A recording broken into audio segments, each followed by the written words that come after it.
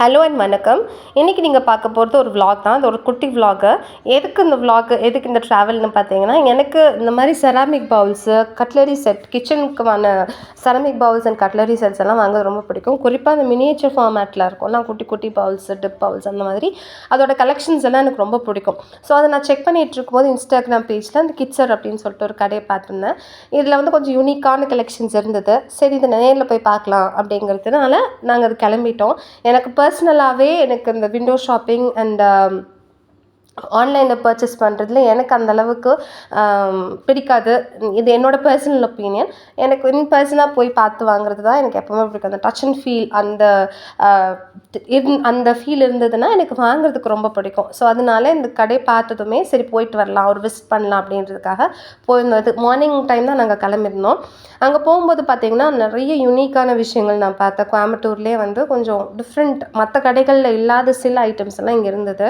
இந்த ஃப்ரூட் பேஸ்கெட்டாக இருக்கட்டும், இல்லை அப்படின்னா இந்த அயன் கடாயாக இருக்கட்டும், ப்ரைஸ் வைஸும் பார்த்திங்கன்னா கம்பேரிட்டிவ்லி மற்ற இடத்த விட இங்கே கொஞ்சம் கம்மியாக இருந்தது. நிறைய டிஸ்கவுண்ட்ஸ் அண்ட் ஆஃபர்ஸ் போட்டிருந்தாங்க. ஆனால் பட் எனக்கு அந்த கடாய் இதெல்லாம் நான் ரீசெண்டாக தான் பர்ச்சேஸ் பண்ணதுனால அதெல்லாம் நான் வாங்க கிடையாது. எனக்கு வந்து இந்த நான் சொன்ன மாதிரி இந்த கட்லரி செட்ஸு அண்ட் அந்த டிப் பவுல்ஸு அந்த மாதிரி விஷயங்களுக்காக தான் நான் எக்ஸ்க்ளூசிவாக நான் போனதே. என்னோடய விசிட்டோட பர்பஸே அது தான். இதில் வந்து நிறைய அந்த மேஜிக் மாப்பு, லைக் அந்த ஆட்டோமேட்டட் மாப்பு, லைக் அந்த சார்ஜ் பண்ணி யூஸ் பண்ணுறது, அந்த மாதிரி ஐட்டம்ஸ் எல்லாம் இருந்தது. அண்ட் கிளாஸ் பவுல்ஸ் எல்லாமே ரொம்ப அழகாக இருந்தது, யூனிக்காக இருந்தது. இங்கே பார்த்தீங்கன்னா லைக் கோயம்புத்தூர்லேயே நான் நிறைய இடங்களில் சர்ச் பண்ணியிருக்கேன். இந்த மாதிரி பவுல்ஸ் இருக்குமா, லைக் கிளாஸ் கண்டெய்னர்ஸ் எல்லாம் நான் செக் பண்ணும்போது அந்தளவுக்கு இருந்ததில்லை. பட் இங்கே கொஞ்சம் கலெக்ஷன்ஸ் நிறையா இருந்தது.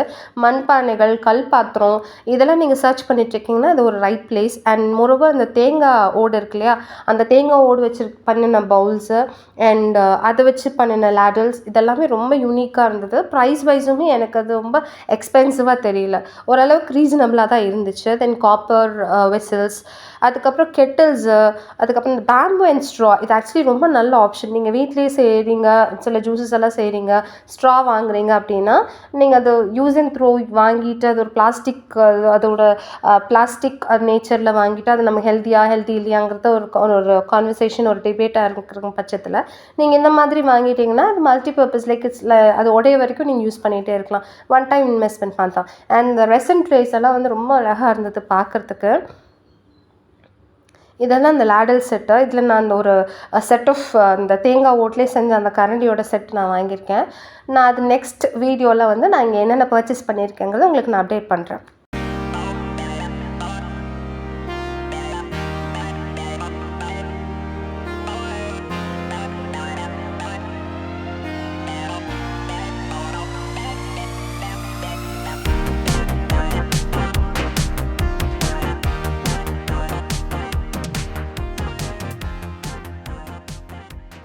இந்த செராமிக் ட்ரேஸு, இந்த செராமிக் பவுல்ஸு, இந்த பட்டர் பாட்ஸ் எல்லாம் பார்த்திங்கன்னா ரொம்ப அழகழகான பியூட்டிஃபுல் வைப்ரண்ட் கலர்ஸில் வச்சுருந்தாங்க. அதோட குவாலிட்டியுமே நல்லா இருந்துச்சு.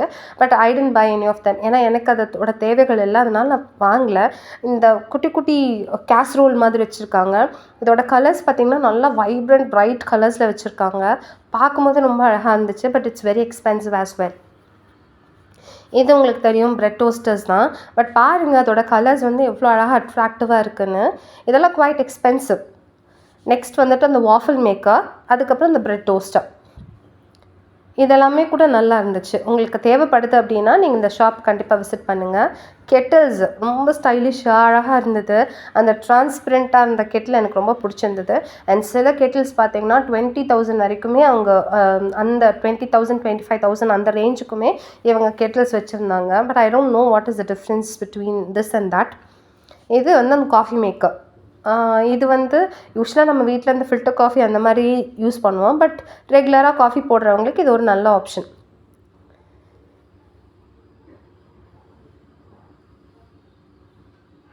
இந்த மண் பாத்திரம்லாம் பார்த்திங்கன்னா ரொம்ப அழகாக இருந்துச்சு. யூஸ்வலாக நம்ம வந்து ரோட் சைடில் மண் பாத்திரம் வச்சுருக்கிறவங்கள நம்ம சப்போர்ட் பண்ணணும், அங்கேருந்து வாங்கணும்னு நமக்கு ஒரு எண்ணம் இருக்கும். பட் ஸ்டில் நமக்கு சில நேரத்தில் கொஞ்சம் பார்க்குறதுக்கு லுக்காக ரொம்ப அட்ராக்டிவாக, லைக் ஒரு டிஸ்பிளே ஐட்டமாக வைக்கணும் அப்படிங்கும்போது இந்த மாதிரி ஆப்ஷன்ஸ் தேடிட்டுருக்கீங்க அப்படின்னா this is the right place for you.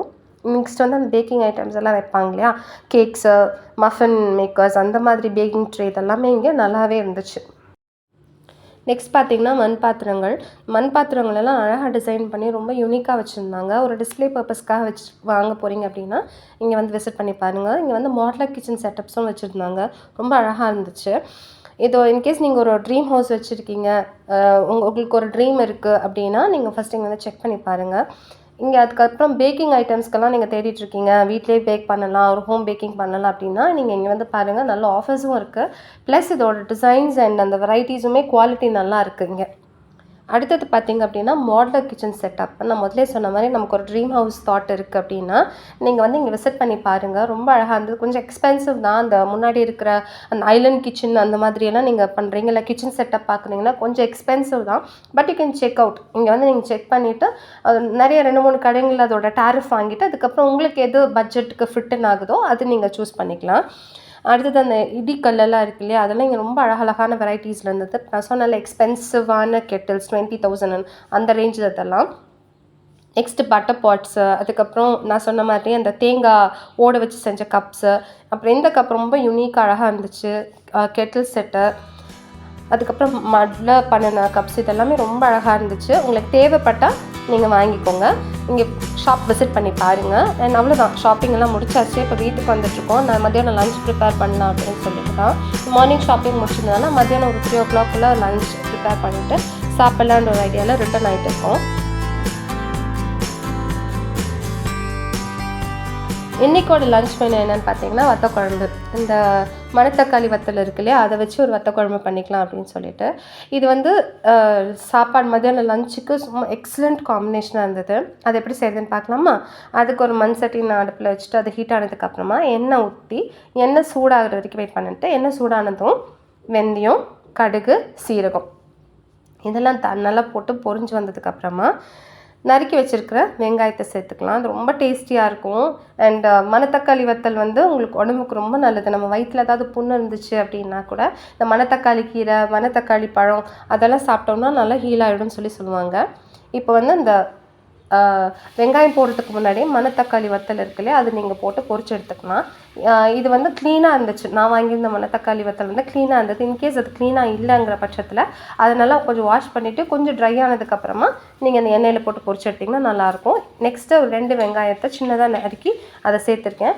பாருங்கள், வெங்காயம் நல்லா வதங்கி சுருண்டு வந்துடுச்சு. இந்த ஸ்டேஜில் நான் 2 கொத்து கருவேப்பிலை உருவி சேர்க்குறேன். இப்போ அந்த எண்ணெயிலே அது வதங்கிட்டு இருக்கட்டும். இப்போ வதங்கிடுச்சு.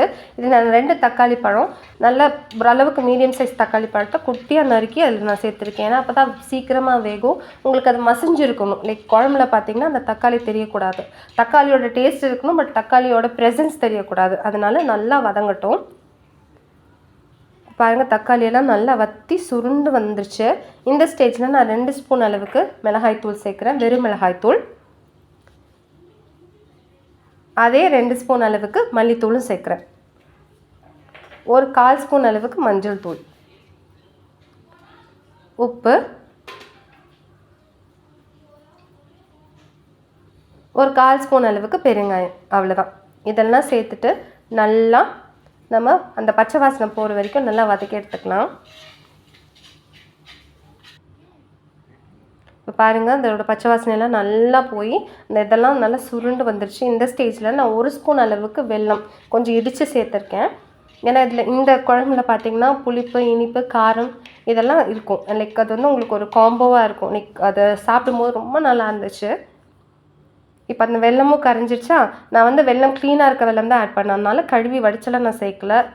காய வச்சு வடித்து சேர்க்கல, அப்படியே ஆட் பண்ணிட்டேன். நெக்ஸ்ட் அந்த வெல்லம் கரைஞ்சதுக்கப்புறமா ஒரு நெல்லிக்காய் அளவுக்கு புளியை நான் சுடு தண்ணியில் ஊற வச்சுருந்தேன், அதையும் கரைச்சதில் நான் சேர்க்குறேன். இப்போ பாருங்கள், இவ்வளோ தண்ணி இருக்குது.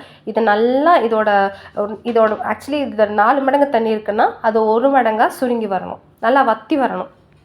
பாருங்கள், நல்லா கொதி வந்துச்சு. இந்த கொதி வந்த ஸ்டேஜில் நம்ம சிம்மில் வச்சுட்டு ஒரு 15 மினிட்ஸ், ஒரு 15 இல்லைன்னா ஒரு 20 மினிட்ஸ் வரைக்கும் நல்லா கொதிக்க விட்டுட்டிங்க அப்படின்னா அந்த தண்ணியெல்லாம் வற்றி உங்களுக்கு அந்த குழம்பு ரெடி ஆகிடும். இப்போ பாருங்கள், நான் எவ்வளோ தண்ணி வச்சுருந்தேன், அதோட தண்ணியோட பங்கு 4 பங்கு இருந்ததுன்னா 3 பங்கு சுருங்கி வந்துடுச்சு. அவ்வளோதான். இப்போ இவ்வளோ தூரம் வற்றி வந்துடுச்சு. நீ ஆஃப் பண்ணிடலாம். இதை நல்லா சுட சுட சாப்பாட்டில் ஒரு அப்பளம் மட்டும் வச்சுட்டு இந்த குழம்பு, அதாவது 2 கரண்டி சாப்பாட்டுக்கு ஒரே ஒரு கரண்டி குழம்பு ஊற்றி நல்லா பிசைஞ்சு சாப்பிட்டிங்கன்னா இதோட டேஸ்ட்டு சும்மா கும்தாவாக இருக்கும். இதை வீட்டில் நீங்களும் ட்ரை பண்ணி பாருங்கள். உங்களோட ரிவ்யூஸை கமெண்ட்டில் டைப் பண்ணுங்கள். இந்த vlog உங்களுக்கு பிடிச்சிருந்ததுன்னா இந்த சேனலை சப்ஸ்கிரைப் பண்ணிக்கோங்க. ரொம்ப பிடிச்சிருந்ததுன்னா லைக் பட்டன் ப்ரெஸ் பண்ணுங்கள்.